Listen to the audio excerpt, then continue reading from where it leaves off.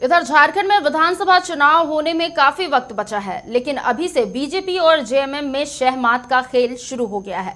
देखिए हमारी एक खास रिपोर्ट। गढ़वा जिले में बीजेपी और जेएमएम के बीच शह और मात का खेल चल रहा है।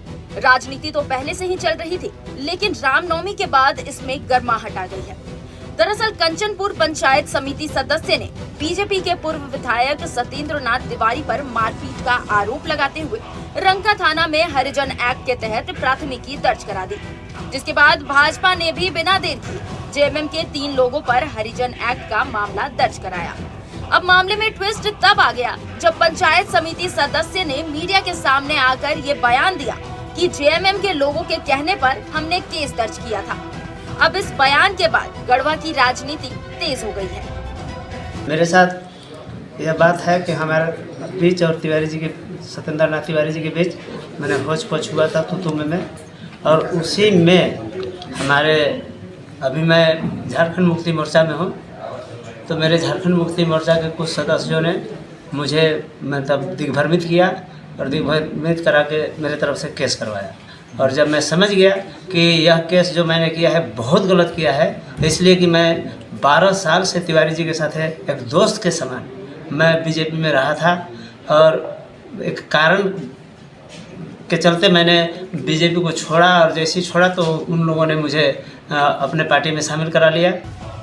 इधर भाजपा अनुसूचित जाति के नेता प्रदीप पासवान ने जेएमएम के लोगों पर बदसलूकी और जाति सूचक गाली देते हुए धमकी का आरोप लगाया है। साथ ही ये भी कहा है कि जेएमएम के लोगों के गुंडाई का जवाब दिया जाएगा। जब केस हुआ, सामने लड़ने का हिम्मत नहीं हुई, तो उनके ऊपर जो है अनुसूचित जाति अधिनियम लगा दिया गया।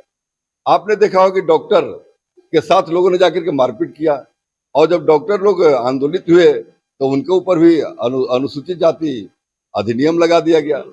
अब जो आदमी एक तरफ अधिनियम लगवाते हैं, अनुसूचित जाति एट्रोसिटी एक्ट, अब जब इसके बाद भी देख रहे हैं कि सत्येंद्र नाथ तिवारी जो यहाँ के पूर्व विधायक हैं, उनके साथ दलित चलना बंद नहीं कर रहा है, उनके साथ दलित का जुड़ाव हो रहा है, दलित उनके साथ जुड़ रहे हैं, तो अब दलित के ऊपर हाथ चलाना शुरू कर दिए, दलित को जाति सूचक शब्द कह करके उनको अपमानित कर दिए कि ताकि सत्येंद्र तिवारी से दलित भाग जाए।